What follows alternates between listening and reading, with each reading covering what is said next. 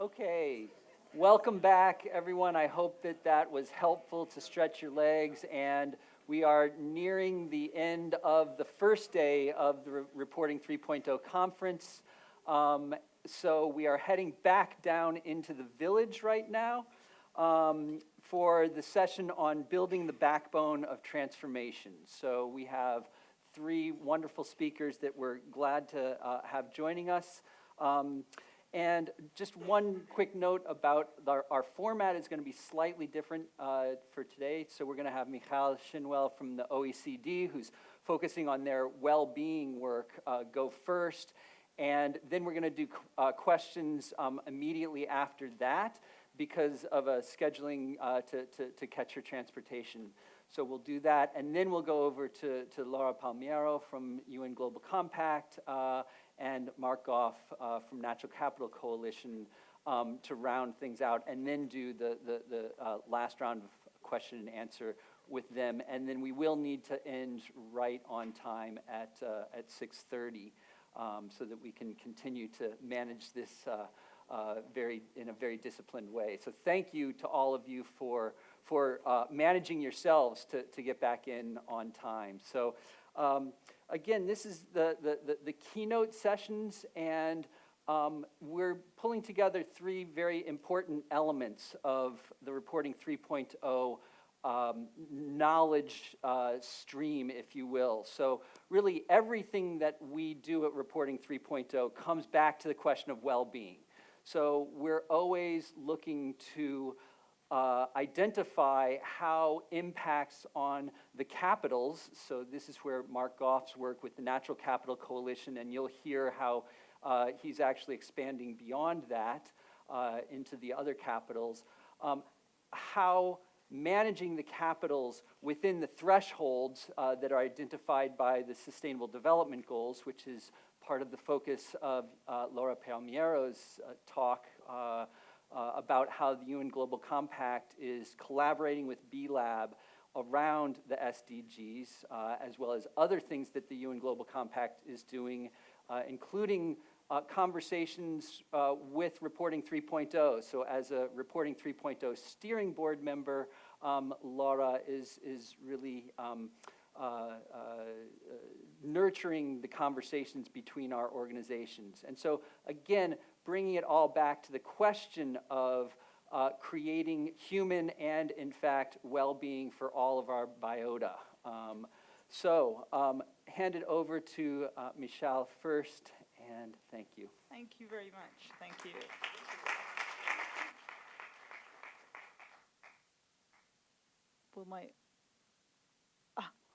Amazing. Okay, so thank you very much for the invitation to speak here today. It's been super interesting to hear all of these different experiences. Apologies, again, I'll need to have to leave in the middle of the session, so apologies to my fellow panelists and to the audience. I'll try and answer questions straight after my presentation, but my email's up there, so if you want to make contact, it'll be at the end of the presentation. I'm going to talk to you today about our project at the OECD on measuring well-being and sustainability, and specifically the project that we've started in the past couple of years on measuring the impact of business on well-being and sustainability. I work at the OECD Statistics Directorate in the unit that works on measuring well-being and sustainability, a couple of words that I'm going to be repeating a lot of times during this presentation. Okay, so I'll start with some background, really going back to the beginning of our work and the motivation for it, and then I'll tell you how we've developed our framework and what we're doing now working on businesses. So first of all, the question of what makes for a good life, what is a good life? We could say, it's too complicated, it's super personal, it's subjective, but in actual fact, the decision is being made for us in every decision on resources that governments are making. So if we don't ask that question, then the trade-offs within what makes our life better is already being made. A measure that's been used and preoccupies countries around the world is GDP. GDP measures overall economic activity and is correlated with a lot of important things like income, jobs, taxes, education. But it wasn't intended to be a measure of total social welfare. So is life getting better, and for whom? GDP was not designed to answer this question, because not all things of value can be bought and sold.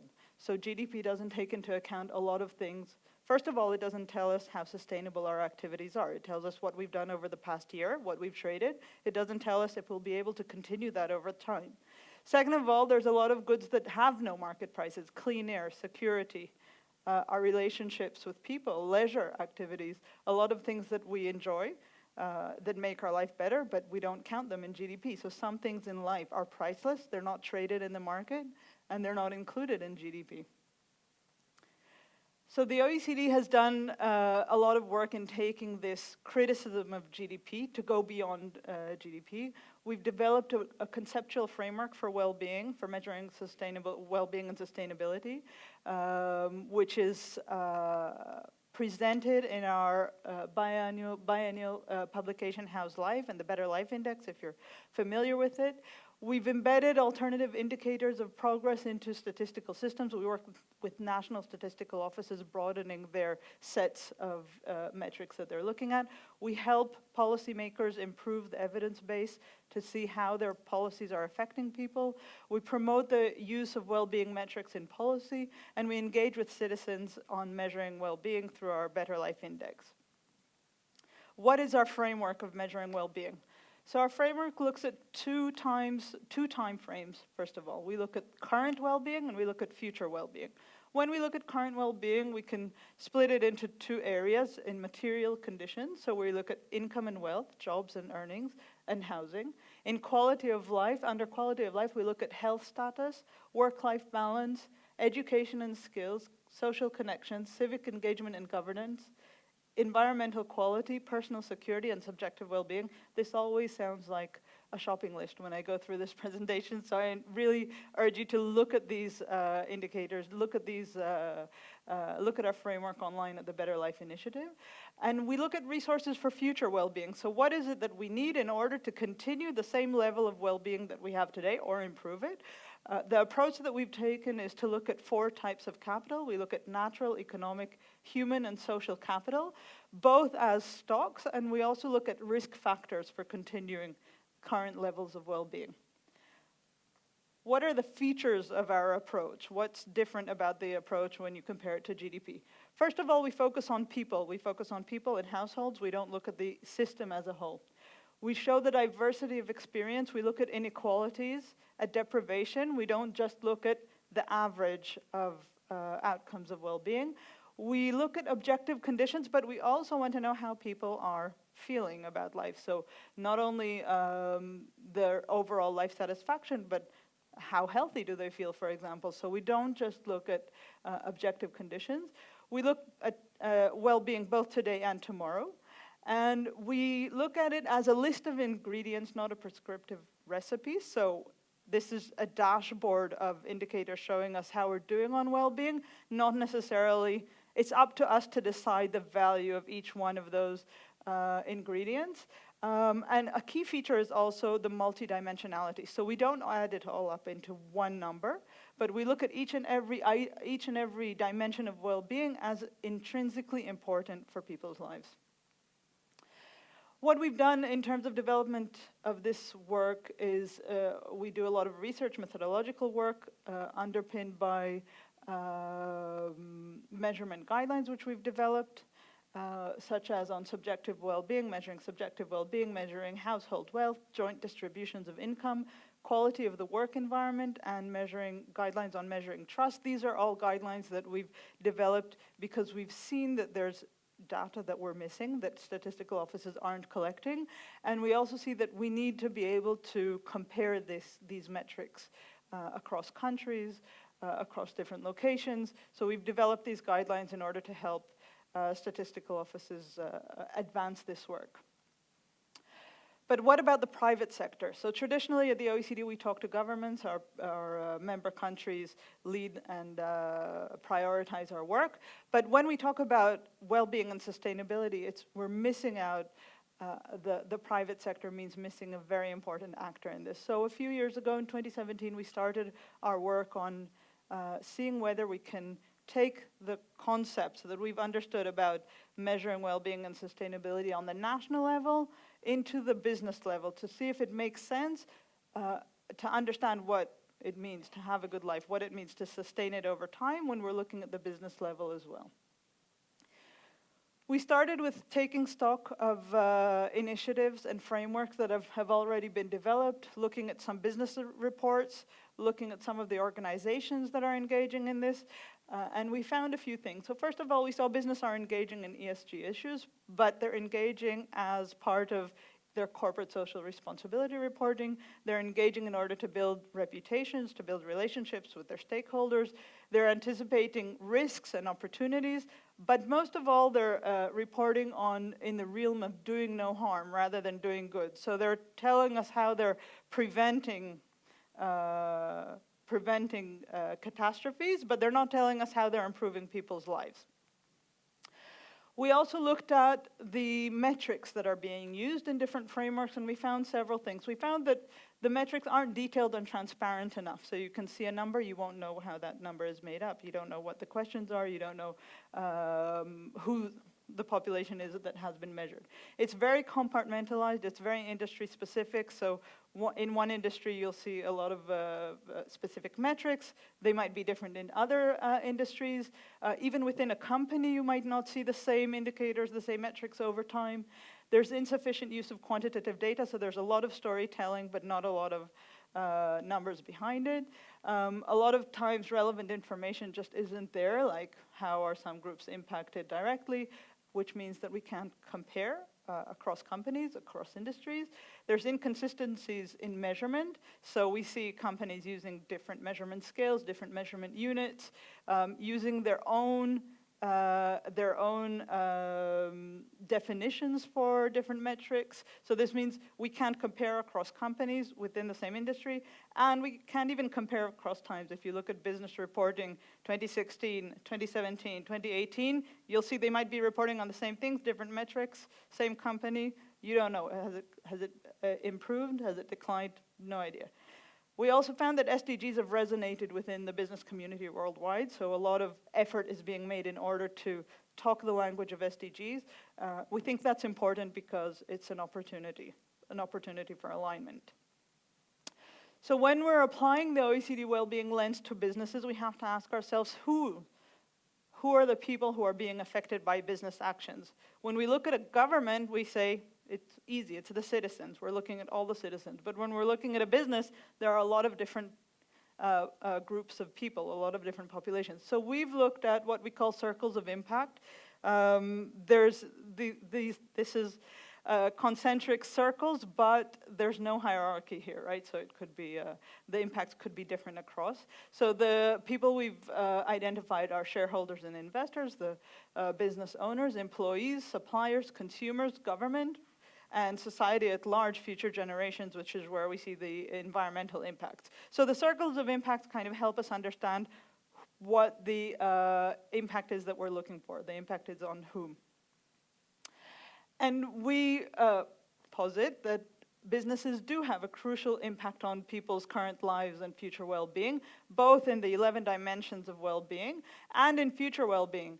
Businesses have an impact on people's income, also on their shareholders' income, suppliers' income, right? Jobs and earnings, pretty trivial on their employees. Work-life balance, again, you could talk about the employees, but you can also talk about consumers who are using products that help them have a better work-life balance. So for each of these, we would ask, how is the business making an impact on each of the circles of impact within this framework? And then looking at future well-being, so how does the business impact the economic capital, the human capital, environmental capital, and social capital? We looked at these we looked at a short list of frameworks, initiatives, and reports, and we also applied the well-being lens to it. What did we do? We actually looked at each report and framework that we in our research, And we asked, do they report on each of the 11 dimensions of well-being? How representative are these areas? And what we found was sometimes intuitive and sometimes quite surprising. So if you'll see the left column shows that the frameworks address the dimension, and the right column shows whether there's a quantitative measure of the dimension, because as I said, a lot of times there's a story, there's a statement, but there aren't any actual numbers that we can use to compare. So we've found that actually environmental reporting, a lot of data on environment is very prominent in business reporting. Governance issues, mainly because in governance we included issues of diversity, so representation of different populations, jobs and earnings. So these might be intuitive for people who are working in this, but what we found was, for example, income and wealth and work-life balance are quite low on this in terms of representation in the frameworks. So we ask, why? This is information that you would expect a business to be able to disclose, at least on its employees, and of course you could expand that to other circles of impact. So this is our work, just taking stock of what's happening now in the area of measuring well-being and sustainability in the private sector. We've started this work just a couple of years ago, so we're now moving forward into trying to populate a framework that will be directed towards businesses, with the idea that there is a need for alignment and convergence across different initiatives, across different reporting. So we're not trying to generate yet another framework for businesses to align to. Businesses can't be our clients in any case because we work with governments, but we do want to try to put something forward that will be a driving force in helping alignment across these areas. And all of this, just to give you a really quick summary, but well-being sounds nice. What about SDGs? So we do a lot of work on measuring SDGs, especially for countries. So how are OECD countries doing on SDGs? And as part of that, and especially because it's the same unit that's working on measuring well-being and working on measuring SDGs, we've made an alignment between SDGs and well-being in order to understand where there's parallels and what's missing. So this is what we have. This is where we are aligned, and I'll skip to the next slide, which is showing you where the gaps are. So elements of the OECD well-being framework that aren't covered by SDGs are, for example, subjective well-being. There's nothing in SDGs about no target in improving happiness or subjective well-being. Social connections and social capital, different elements of social capital aren't captured. On the other hand, there are elements of SDGs that aren't covered by the OECD framework, which really are mostly about processes and global contributions, transboundary effects, international efforts. So there are some places where we need to understand where we have to cover these areas. All of this is a segue into our report, which has just been published on measuring distance to the SDG targets. This is about countries' achievement on SDGs, but it helps understand how complex SDGs are, how difficult it is to find data on it. We show the data gaps for OECD countries, the most advanced countries, that still can't measure more than almost half of SDGs.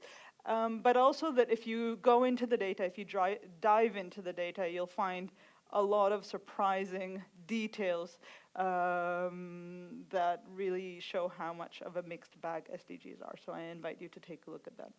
Thank you.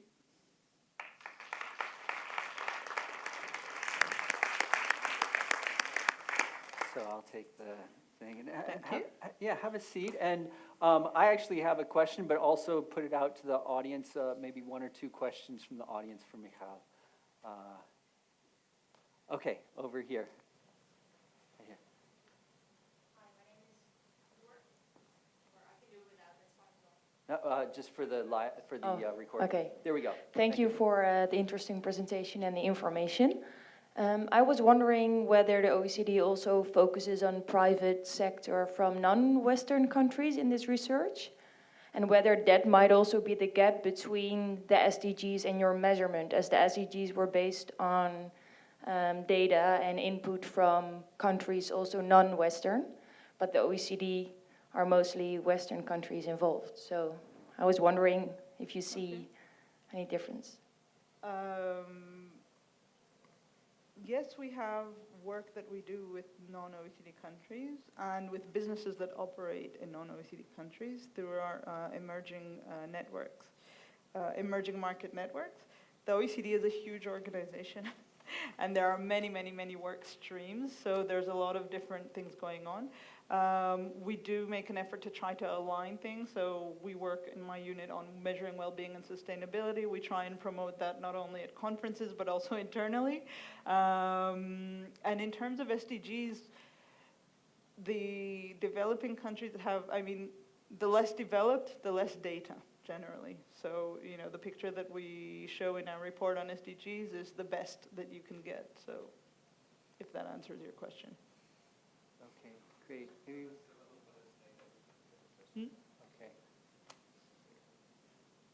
Okay. So I've got a question. So one of the things that you pointed out is that the GDP does not measure sustainability. And what you're looking at is well-being and recognizing that well-being to a certain degree or to a large degree is an outcome of the sustainability of organizations and particularly their impacts on the capitals that you noted.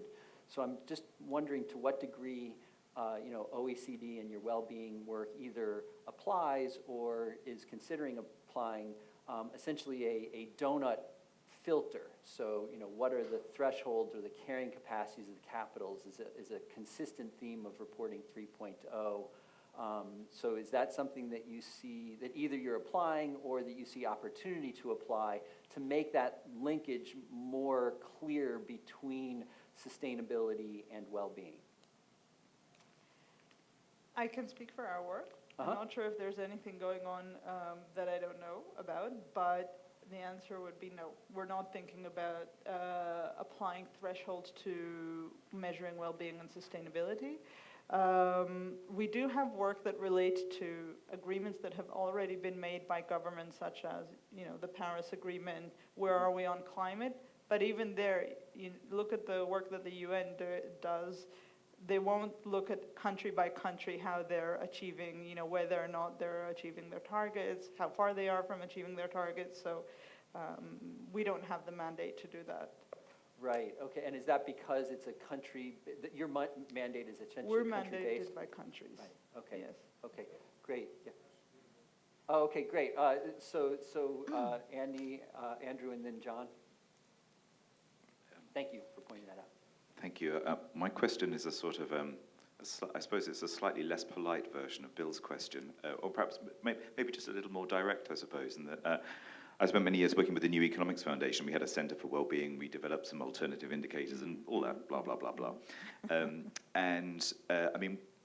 You've already inferred that the OECD is a very large organization, and I obviously don't hold you responsible for everything that it says and does. But at heart, it represents a very orthodox, growth-based economic model. Mm-hmm. And as soon as we start talking about the well-being agenda and the delinking of consumption from increasing life satisfaction, there is a fundamental contradiction there, obviously, and there's a fundamental contradiction in terms of pursuing climate targets. So I suppose you've partially answered the question by saying what you do and don't do, but I suppose how do you begin in an organization like the OECD to join up those agendas which seem to be in glaring contradiction with each other? It's not easy. Okay. Yeah, why don't you add yours, and then we'll round out at that to get to the other speakers. Yes, because I was wondering, in your list of indicators, you said at the bottom line, you say we measure future disruptions. And actually, what's in future disruptions? Because that could be the whole scheme where you're pointing out, or there could be nothing in it. So please give us an idea about what's in the scheme of all the things you're measuring. So you're measuring well-being, and the physical part of it, and underneath you're saying we measure the future disruption, looking at natural capital, et cetera, et cetera. What's in that bottom line? Because there could be the answer actually on what we really are missing. Do you understand what I'm... What are we measuring in Otherwise you could go capitals back to your presentation and go back to one of the slides, because I was just wondering if there could be... It's really in the beginning. Tell me when. Yeah. Yes, this one. Because resources for future well-being, actually, there could be the hidden story. Okay. Okay. So I can't tell you the history because I haven't been there long enough, but I think there's a lot of retrospection on the part of people who have been at the OECD and been promoting the GDP growth narrative in a very strong way, including my own director who came from the economics directorate and really pushed this agenda forward. We have a lot of work to do internally in mainstreaming it into different streams of work at the OECD, but also engaging with countries with processes that are already happening, such as in the UK and New Zealand and a lot of different countries that are taking up this agenda. We're driven by the priorities of our member countries, so we can't move beyond that, but we can push them forward in, you know, in challenging them with these measurement frameworks. And I mean, the goal is to make these things consistent and to make them one narrative which we can move forward with, but obviously it'll take a lot of time. I mean, we've started this work in maybe 10 years ago, less than 10 years ago, that's a very short time for governments to, you know, for paradigm change, so it's early days yet. And in terms of the capital resources that we're measuring, we measure different things that are either stocks or risk factors. So for example, on human capital, a risk factor would be obesity and smoking rates. Capital stocks are, for example, how children are doing in achieving their educational skills. So we look at a range of metrics, and this work is also still being developed. We first started with this in 2013 with the capital approach, and we're still looking at how we can advance in terms of measuring sustainability. I hope that answers the question. Okay, great. Well, thank you. I think we'll hold it here and then move on to the other speakers. So, Michal, thank you. Thank you very much.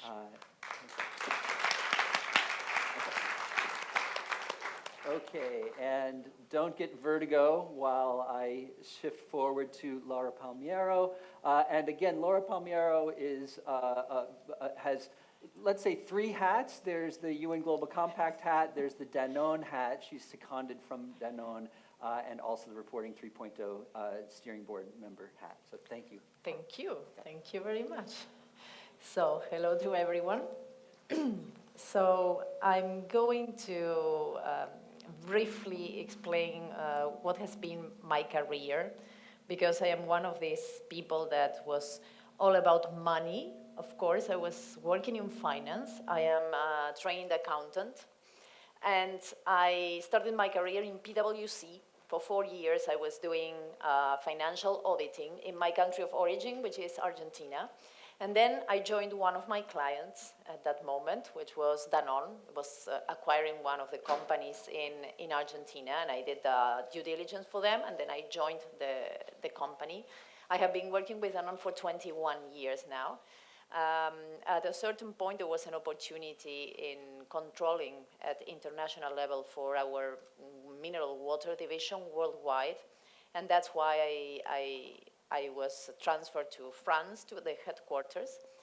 And after that, I did other roles, being the last one in finance, investor relations. So I spent quite a lot of time speaking to investors about money, about market shares, about the strategy, which included already some sustainability issues, but not full-time on sustainability. While I was doing this, of course, I was having very long and interesting conversations with the management, with whom I was very much in touch because of my role. And they all knew that I had something for the environment, for social issues, but mostly for health issues. So how our products and how our businesses touched the health of people, which is a very, very important topic for Danone, because the mission of Danone is to bring health through food to the largest number of people. So health is embedded in the mission. So at some point in time, Danone decided to become very serious about the targets, and very ambitious about the targets that they were committing to in terms of CO2 emissions. And they decided that we would reduce by 30% the emissions of the company in a 5-year period, which is enormous. It is just huge. And we, at that time, our CEO committed, literally we negotiated internally and asked him not to, because it was totally crazy and no one knew how to make that. We wanted to, my coming from finance, we wanted to just run a few models and see how we were going to do what we wanted to promise that we could do, but this is not how big changes are driven, and our CEO, who is totally crazy, and in the good sense, fortunately, and I admire him very much, and knows how things work, went out, announced it, and then came back to the company and said, I have announced it, so now we have to do it. It was literally like that. Huh? It's not a joke. It's really what happened. So so this happened a little bit before I entered into the environment topic, because so the environmental department, which was rebaptized Nature in French, started running all these LCAs all around the world, based on all the different products that were sold in our more than 150 companies around the world. And suddenly they realized that they had a lot of data coming from all these companies around the world, separated by the different stages of the LCA, product by product, etc. They were flooded with data, and they had no idea how to put all those data together. Because of course they had people that had been trained in terms of environment, but they had no people that had been trained in order to make numbers speak, as I usually want to refer to this. So they said, we need someone that knows how to do this, and typically the financial guys are the ones that know how to deal with all these topics, all these numbers. And they said, well, we need to find someone crazy enough that is in finance and wants to leave finance to come to environment. And I don't know why they thought of me. And I always say I was a very bad negotiator, because as soon as they told me, I was totally in love with the idea. And I said yes immediately, without letting them, no, but you can take a little vacation and come in a week and you just tell us. And I said, no, I'm all in from the very beginning. So that's how I started working in environment. We put in place the first accounting on CO2 that the group still has. And then, 4 years later, they asked me, okay, now you have done this work, we're very happy with that. Would you like to go back to finance? Would you like to be a financial director in one of our companies? And I said, no way. After I have tasted the fact of going to my office and not knowing how I was going to, to solve the issues we had, because everything had to be invented from scratch, I said, there is no way I'm going to go back to something that is, so monotone, as we say in French. So, I mean, many bigger challenges in a bigger company, but finance is finance. I have already done it. I just want to go on inventing new stuff. And what has been done to environment had not been done yet for the social side and for the health side of our activities. So later on, I became Sustainability Integration Director for the group, which means basically that I was in charge of coordinating the sustainability topics and the governance within Danone. So I was not the boss of everyone that works in sustainability in Danone. That is a position that does not exist, because our CEO, what he decided is that sustainability is an aspect of everything. It is embedded in all the different functions. So you have people that work in sustainability issues in each of our different sectors, but you don't have one sustainability guy that is responsible for that at the group level and that is sitting at the COMEX, at the executive committee, because that would mean that everyone else would say, okay, sustainability, that's his issue, and he doesn't want that to happen. So that sustainability is kind of embedded in that way in this organization. So while I was doing that, I was, of course, in charge of sustainability metrics, all the KPIs, integrated report, all the different numbers and information that we needed to send to the different indexes and rankings, talking to investors, again, with a slightly different hat, but coming back to see my mainstream investors who were now very interested in what I was doing. And at the same time, I was in charge of certifications, very specific type of certification that I'm pretty sure that you know, which is B Corps. So in 2015, our CEO met for the first time with people from B Corp and said, well, without us knowing, but we are a B Corp, because what you are describing is exactly the principles that we apply internally. So I would like to become a certified B Corp.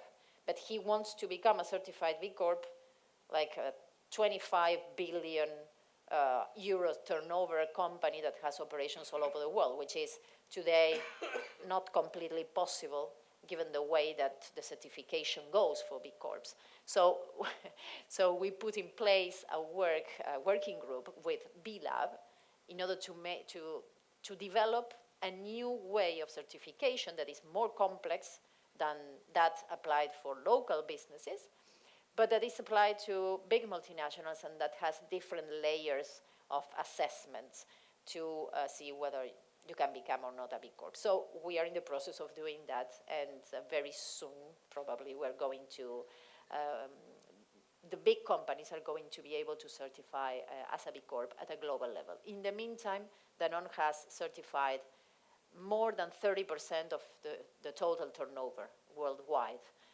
as a B Corp. So we are in a good trend.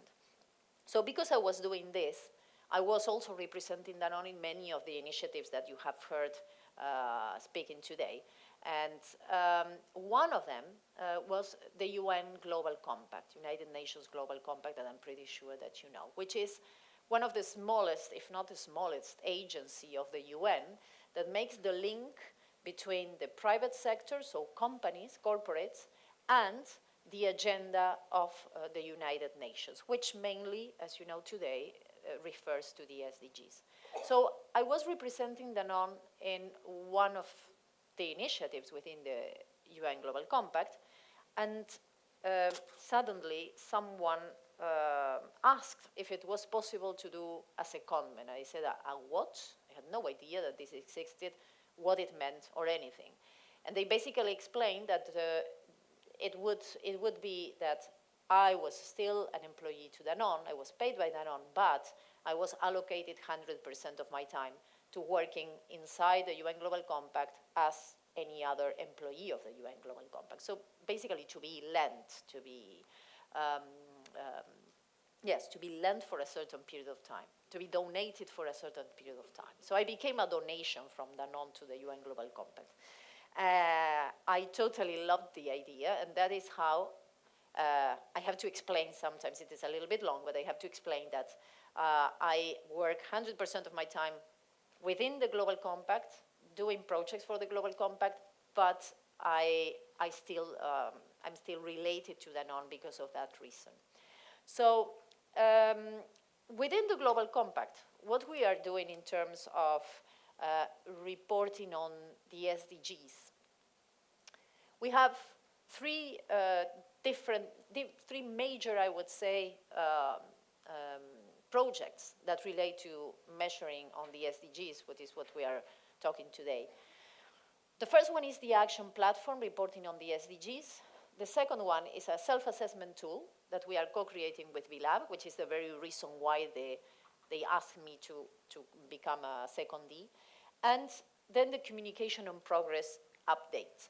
You will see that this is the shortest presentation ever, because I only have one slide. I will speak, but I only have one slide.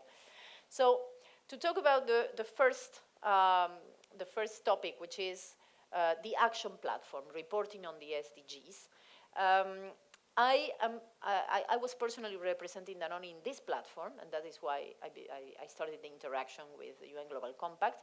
And what we have produced so far since 2017, when the action platform started working, the action platform was, to begin with, it was co-created between UN Global Compact and the GRI, and a group of companies, around 30, 35 companies, that are participants of the UN Global Compact and that decided that they wanted to participate in this specific action platform. And we, since we have made 3 different publications that are the result of this work. The first one is the one that you can see in the middle, which is an analysis of the goals and targets, which basically, what we did here with the help of PwC is to identify for each of the SDGs and for each of the targets within the SDGs, which are 169, we identified all the different KPIs, all the different indicators that we knew existed, coming from any kind of source, like the GRI itself and the UN Global Compact, but any kind of index, any kind of ranking, academic papers, and any source, any reliable source that we could see out there. So it is like a menu. I don't recommend that you go and one day decide to read this, because it is like this thick and it is very, very dense. But the idea is, if you're a company and you're looking to try and report on some topic, on some SDG, a specific target, and you don't know which are the ideas, the KPIs that you could use, this is a reference in those terms. So it is like a dictionary, like a Bible on that. Then the second publication that we made is the practical guide, what we call the practical guide. It is, if you are a company that are starting to report on these topics, how do you decide on which of these topics you should be reporting or not, and how you should be reporting on that. So basically, what we did here is to describe the whole process of materiality, that of course the GRI already has a process to determine what is the material issues, but we completed it with the unique approach of the UN Global Compact, which is what we called the principle-based approach. What we realized is that, and you're most probably gonna know what I'm talking about, we see that a lot of companies are, most companies are very keen on reporting what they are doing as a good action for society, so to put the accent on all the projects that they have, and they are doing many, many things, but they are maybe more shy to report on things where they might know or even don't know that they have a harmful effect on the planet or on people. And so what this guide starts with is this principle-based approach, because if you look at the principles of the UN Global Compact, which are more high level, of course, and if you look at the principle of the principles that lays behind that, and it has been mentioned today, it is do no harm. So first you have to start knowing where are the areas on which you are doing some kind of harm, either to society or to the planet. So this guide is aiming at avoiding cherry picking and SDG washing, mostly, and describing the whole process that can lead you to creating a sound reporting on this. And the third one is in focus, addressing the investor needs in business reporting on the SDGs. This was created with the collaboration of the PRI as well. And we are looking at this through the lenses of investors. So it is a little bit more skewed towards investors' needs. So then, regarding the self-assessment tool that we are doing with B-Lab, what we are creating here is a self-assessment that will be totally for free that will be available on our website and on the website of B-Lab as from the 31st of January next year.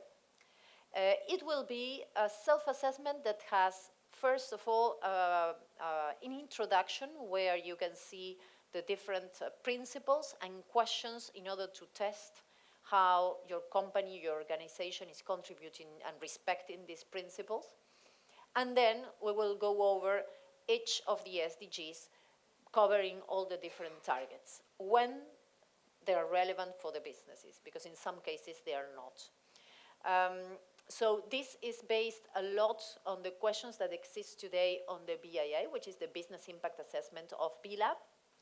And, but not only, because there are many other questions that are coming from different entities and different questionnaires that exist today. And we are doing a consultation process that is extremely thorough with a lot of initiatives, all the main initiatives out there in the market today that are giving input to us. We will be running also a beta testing process in November of this year. We have more than 400 companies that already decided to participate on this. And finally, last but not least, because I have little time, I imagine, communication on progress update, very, very quickly. All this thinking that we have put around the different KPIs helping companies has led the UN Global Compact also to think that we need to transform, to update the COP, Communication on Progress, that is an obligation of reporting that the companies that are participants in the UN Global Compact have to make every year. And this, we think it is a unique platform because I am even fantasizing about putting a lot of questions regarding the SDGs. We don't know whether it's going to be an obligation or it's going to be voluntary, that part at least of the questionnaire. But it could be a very good platform to go forward afterwards. Okay. Great, thank you. Thank you. And, Here. great. Great, thank you. So we'll move on. So last presenter of the day, Mark Gough from the Natural Capital Coalition. And then after yours, we'll have a seat and have a question and answer session with the both of you. So over to you. Thank you. Mark. I think given my outfit, I must be in the blue tent with Volker later. So, is this microphone working? Yes. Yeah, good. Yeah. The Natural Capital Coalition, I'm sure a lot of you will know, started in a bar in Rio at Rio +20. It was a group of people, as most good ideas do start in bars, it seems. They very rarely go on to do other things, though. And those ideas that were happening that day in Rio, the coalition now, the Natural Capital Coalition, we're engaging with people in about 95% of the world's countries. The Natural Capital Protocol has gone out over 60,000 times now. I was just in Singapore and China last week and working with 400 businesses in China who are now starting to apply it. So the whole idea about natural capital has changed considerably over the last 4 or 5 years. It started getting to the point for me, though, where I realized I had a little bit of prep time before a meeting. And I was able to read some papers because I had a team that were now doing lots of things. And for me, to be able to have a bit more time started to worry me. Because to turn up to a meeting and know what you're going to do, rather than be at the cutting edge of things, started becoming a little bit, boring. So I decided we needed to change this and up the game a bit. Last year, we set up the Social and Human Capital Coalition, hosted by WBCSD. They'd been looking for some time to do some more work on that. We've already heard from OECD, some of the work that they're doing on this as well. There's lots of organizations doing that. So what we're doing is, as of April the 1st, I took over running that as well. So once again, I don't have any time to spare or any weekends. So the Social and Human Capital Coalition, a Natural Capital Coalition, and as of July 15th, we'll be launching a Capitals Coalition to look across all of these. Now that sounds like we're adding more to the pie, but we're not. We're actually simplifying all of this. There'll be one place for people to go to, the Capitals Coalition, different programs of work if you want to come in on a natural side or a social and human side. Obviously, we've got to connect the financial into that as well. So that'll be launched on the 15th of July in London. We'll be disbanding both of the boards from the Social and Human and the Natural Capital Coalition board. There'll be one new board set up. A business leader will be chairing that. And we'll be starting to look at an integrated approach that we can take with this. So simplifying the space. My background is business as well. I am overwhelmed by the number of initiatives that are out there, and I think we need to simplify them as much as possible. The next thing is that what Capitals has taught us over the last 3 or 4 years, and forgive me if you've heard me say this before, but there's 3 things that have really come through for us on this. The first of these is about dependency. Everything I was doing in business before this was about impact. So an impact is something can be positive or negative, but it's also something that can be at arm's length. It's something you can deal with on a Friday afternoon. It's something that the CSR or sustainability team deal with while you get on and deal with the business model. If you turn that into a dependency, and this is the light bulb moment for most of the organizations we talk to, particularly last week in China when we were talking to businesses there, if you turn it into a dependency, it becomes critical. It becomes something you have to deal with today. It becomes something that has to be about your business model. It has to change the way you think about things. The second thing is about value and about we measure things. And I was in a session earlier on today. If you measure things, you manage them. That's wrong. I think that was a fallacy that we came up with a few years ago. If you measure things, you get some nice numbers. If you measure things and get the numbers, you then value them, you then get the context. If you get the context of that, the relative importance and worth of something, then you actually can make a difference. You can make a change. So action does not come from measurement. Action comes from valuation. Valuation can be monetary. We were hearing earlier on. Hi, Richard.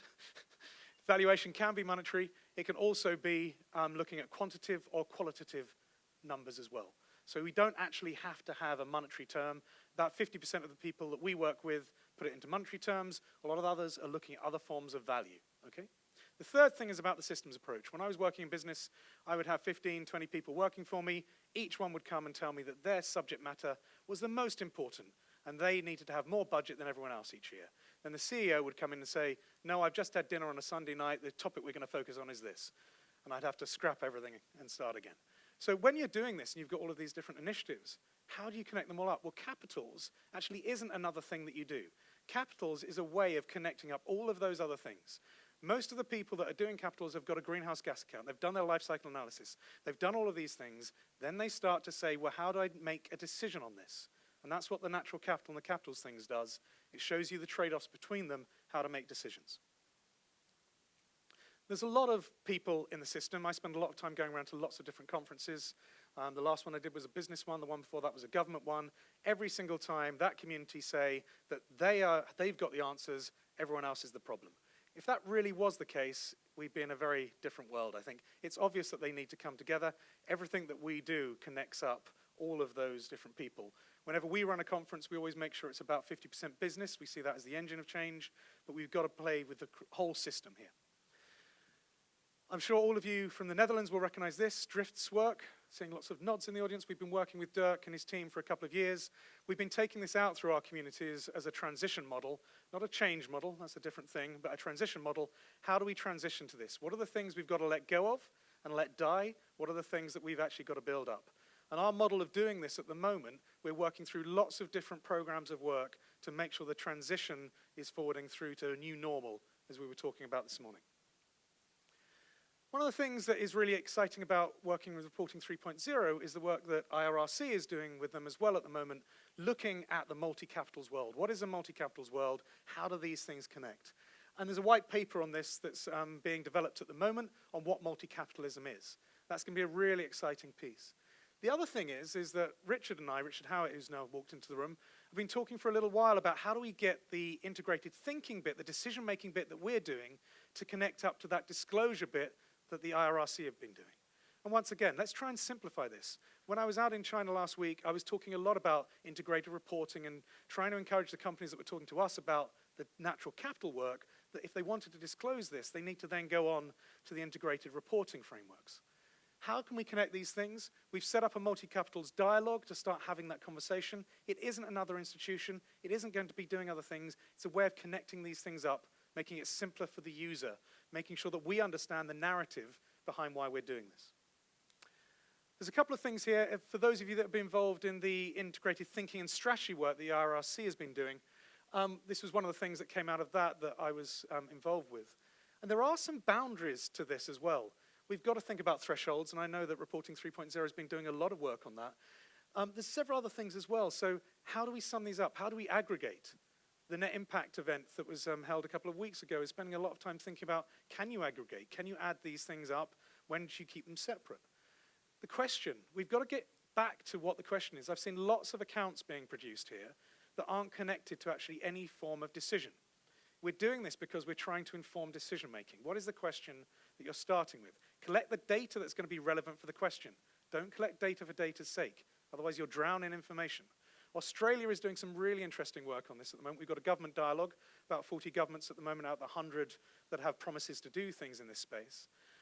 Those 40, Australia has started by saying, what is the question we've got? Then let's go out and do the accounts for it. Rather than a lot of other countries, which are doing some wonderful accounts, but it's taken them 3 or 4 years to now work out what the question is. Okay? So we want to get this into decision making, into actually changing decisions. The data lake. One of the things that we've been playing around with for a little while now is that information comes through a pipe most of the time. We pump it out in through a set of reports. That isn't how people access their information. Everyone with a phone, a mobile device, will be collecting information all the time on different organizations. When I was working in a company, our PR team started working 24 hours a day because they had to be able to react to what was going on because it was instant. We can't just pump things out through a report and expect that that's going to tell the story. Information is collected through a lake, but we haven't changed the way that we're actually doing that. So that's another challenge that's going to come with this. I won't go through all of these. The way that we're starting to do this is we've got lots of projects that we're starting to incubate. One of them around financial accounting. We're bringing together about 8 or 9, including one of the sessions that was here today about care. We're bringing together the work that they're doing and thinking about how does that connect, linking that up to the redefining value work that WBCSD is doing. We're then building the capacity around that and building the communities around that to be able to do that. And like I say, the community is growing massively. The natural capital checker that we released a couple of weeks ago to start looking at assurance of a natural capital assessment. Now, what's a good one? What's a bad one? We went out and we thought we'd just do a little webinar for that. We had over 400 people already apply to do this. We've only got 100 licenses on our webinar service, so we've got a problem there. There's that much interest in doing this. This is a good problem to have. We're then looking to generate evidence. So last year was very much about engaging with governments. I spent a lot of time working with the UN page system, with the UN, setting up the government dialogue. At the end of that, we actually stole on someone from the Dutch government. Martin Locke came to work for us, which was a great coup for us. I think a lot of people in the Netherlands have been rather upset by it, that he's left. The good news is we're now planning to come back to the Netherlands. We'll be setting up our head office here September time. There's several reasons for that, one of them being that, I won't even go into the B word, Brexit, but yeah, we will be moving here. I'm just talking to the lawyers at the moment. But the last year was about the policy. This year is going to be about generating the evidence. How do we actually start? We've gone back to all of the companies we started with. Remember, we were going to start, we thought there might be 10 or 12 companies that might want to apply natural capital thinking. We ended up with 50 knocking on the door, and then there was a lot of others that came after that. We ended up with 500 that wanted to apply it in the beginning. So many, many more than we thought. We've gone back to a lot of those and asking them exactly what did they do? Where did they get to with their thinking? What evidence, what decisions have actually changed in this? Or have they just done some nice reports? Who are they engaging with now? Have they changed their teams? Have they got new data systems? It's amazing. We think about 80% of the people that are applying natural capital thinking at the moment have come up with the realization that they don't actually have the information, they don't have the right team to do it, they're not asking the right questions, they don't understand their business model, and actually that's what they're doing by using the capitals model, is actually helping them to do better decision making, better business actually, before they even start doing an assessment. And many of them aren't getting to the assessment stage yet. So how can we unblock those barriers? A new initiative that was set up by the EU wanted to give us some money. We set up a campaign for 3 years called We Value Nature. There's another one which is looking at the policy arena with governments, and that is going to try and look at some of those barriers and try and look at how we can fast track some of that work there as well. We're all aiming for the new normal, and that gets us on to next year. So next year is going to be a big year, okay? Next year, for most organizations, most NGOs are thinking now, what can we do? The 75th year of the UN, so they're going to be reviewing what they're doing, all of their programs being reviewed. We've got the Convention on Biological Diversity, or as it should be called, the Convention on Nature. No one likes biological diversity as a term. It's a dreadful term, and we've been talking to several people about seeing if we can rebrand it, actually. There's Paris, the COPs, looking at the where we've got to on that. There's also the Sustainable Development Goal review as well. So a massive year next year, lots of events going on around the world. This means that every NGO and businesses, because most of their targets go by 10-year patterns, so a lot of them are coming to an end in 2020 as well. So everyone's looking at next year as being a big year. That means that everyone, every initiative, is starting to come up with their plan of action. So you can expect next year to be inundated with about 200 different initiatives that you could go and join. I can see lots of I was exactly the same. This is dreadful, isn't it? This is appalling. We don't want 200 initiatives. So what we've done is we've come together with a lot of those other initiatives to say, let's not have 200 initiatives. Let's just have one, okay? What we're doing, and I launched this last week in China. I can show you the video in a minute. It's got lots of flashing lights and lots of fireworks and things. But what we're doing is we're trying to bring all of this together into a very simple approach where we come up with one thing that we take through to these different places. 5 policy asks. It's going to be in China, the big convention on biological diversity. The lotus flower or the fist, you turn that into punch through, okay? 5 things only. That's all we're going to do. We're working with WBCSD, the World Economic Forum, all of these other organizations up there, so you shouldn't be inundated with lots of different things. There's going to be one thing that brings this together, simplifying the system again. So there's 4 things that those things are going to do. 5 policy asks fit into the embed piece. Okay, what are we going to actually go and say to people? What are the things we want to happen? Same thing happened with climate change when we got to Paris. We were able to bring businesses together through We Mean Business. We're trying to do the same here. So the communication, we need a clear narrative on this. It's still confusing about really what we mean. We're trying to bring that together. We're going to be launching this in Trondheim. If anyone's going to be there in Norway in a couple of weeks' time, there'll be a rolling launches. We'll also be doing it at the UN General Assembly and various other places in China again. We'll be back there in July.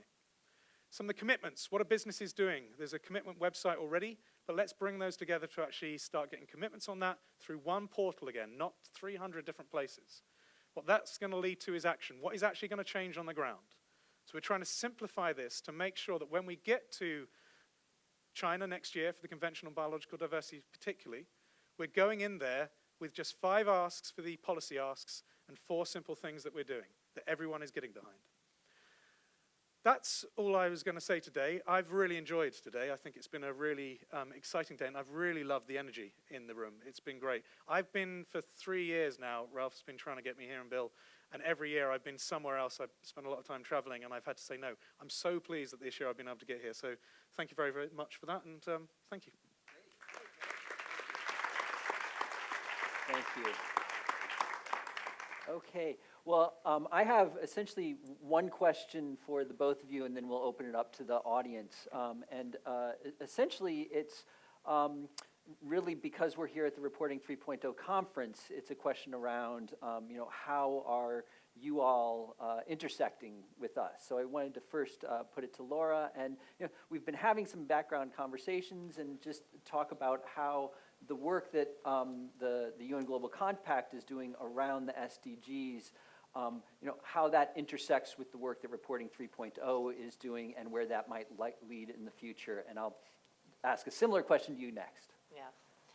So yes, we have been discussing for a while now. We know each other since before I joined the Global Compact. I have always been very interested in knowing what was going on here, and same for you. It's the first time that I come, and I'm so pleased that I finally made it. So what we have been discussing is regarding, in order to make our metrics, we try to take as many inputs as possible. So you are in the consultation as well for what we are preparing for this tool, this self-assessment tool that we're building with the lab. So that is the first thing. Second thing is that we are starting to see the possibility of maybe collaborating further with your transformational journeys.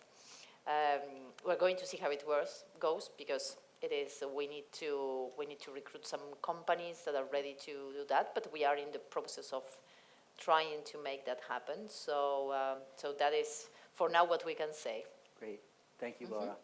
And so similarly, thank you, Mark, for mentioning the IIRC Reporting 3.0, and welcome to Richard. Richard and I will be talking about that tomorrow, so following up on Richard's announcement of this at last year's conference and the way forward on that. So just, in what ways do you see the new Capitals Coalition, which obviously now, really falls firmly around this multi-capitalism white paper and project?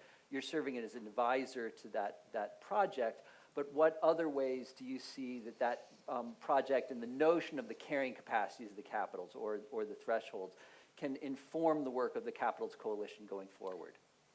So I think the thresholds work is really important. There's several within our community. I think what the coalition can bring into this is that we've got a very diverse global connections. Mm-hmm. And actually, you doing a lot of that Sherpa thinking at the front of this to bring this together is that we can help to then take that out to people who are actually applying it on the ground and actually make sense of it. So I think there's a reciprocal thing here. We need the thinkers and then we need the appliers, but we need to do that in a very systems-based approach. So to me, it's going to be exciting. That sounds great. Great. Thanks to the both of you. So let's open it up to the audience.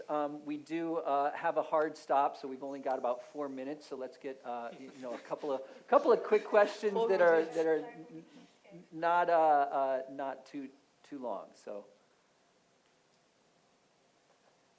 okay. Yeah, I guess perhaps for both of you, the concept of sustainable development rests on a secondary theory called decoupling, whereby the improving efficiency of the economy will turn its impacts negative.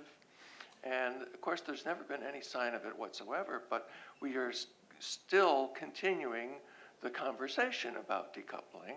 It still has indicators in the SDGs, and it's simply the intensity of a resource use, which goes down as the economy increases, but the growth rate of the resource use continues to increase too. So anyway, questions, how do you handle that? Very good question.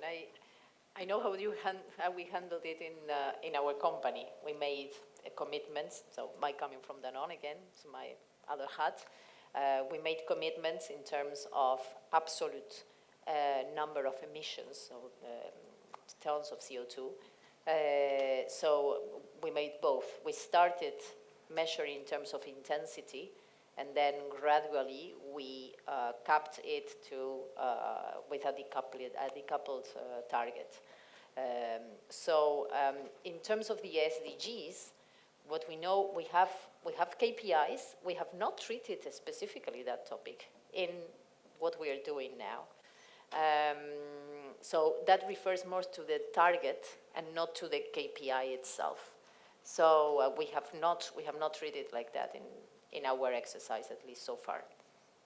Okay. Just briefly, when we make decisions, we're given financial numbers most of the time. The whole point about the Capitals idea is that we start including other things within that process.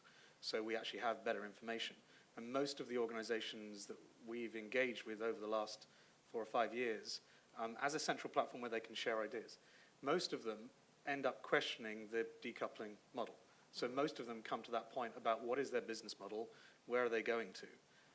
And you can see them, that light bulb moment going on when you've done 8 or 9 different assessments like OLAM has and various others. You can't help but start thinking about that decoupling moment. So I'm hopeful that actually the more application we see where people include the value of nature and value of people in their decisions, it's going to become more obvious how to do that. Okay, great. And is there maybe one final question? Okay, one final question. Well, let's make it a quickie, please. Sure. I just wanted to hear your thoughts on the role of digitalization, digital tech in the whole move, and the role of tools like in particular. So you can standardize certain reporting, you can create rules, red flags, but do it on a global level, not doing it strategically, but doing it actually, this is the way we do this in this industry as opposed to this industry, as opposed to that industry. just wanted to hear your thoughts on that. Are you talking about, so you're talking about more than guidelines, you're talking about not just tools to do things, or? Yeah, tools that have built-in guidelines. So networks, similar like with, for example, in order to rent a home on Airbnb, you need to become a part of the Airbnb ecosystem. Airbnb ecosystem has tiers. It's a market-making platform. There are rules to become a part and benefits. So thinking of a similar approach in providing tangible tools that give both responsibilities on one end and they give some benefits on the other, like certification, but not 20 certifications. Okay. Like one global recognition. And can you just restate your understanding of it so that we get this on the recording? Yes. Great, So, thank you. So like having Airbnb, so having tools that you go into that actually start organizing the system for you rather than it being something that you have to do yourself. Is that a fair justification? Yeah. So we've taken, there's about 58 tools in the natural capital space that are being used. We put them all onto MIT Shift. We're encouraging all of our partners, WBCSD, IUCN, to put them all into one place. MIT Shift's got some great software that will help you to search through that so you can go in there and find the right tool for the right bit of the question that you've got. Trying to simplify it once again rather than there being lots of places to go to. Okay, and for those of you who don't know the MIT Shift tool, the platform, it is an excellent consolidation space. So that's I didn't realize that you guys were using that. That's great. That's And we're great. encouraging others to do it as well. So Okay. if we all do it, it's going to make it a lot simpler. Make it a Yeah. repository. Okay, great. Thank you. Over to you for last logistics for the day. Thank you. What a long day, yeah? I think we're all really tired. So enjoy your evening. Do something nice. We'll see you all tomorrow. We're going to start sharp again at 9 a.m. Don't forget, we're going to start with one of the additional highlights of the conference with Joe Brewer and Kate Rayworth in the morning. So that gives us the real adrenaline kick, I would guess. And wish you all a wonderful evening in this beautiful city. Okay, Thank you. Thank you.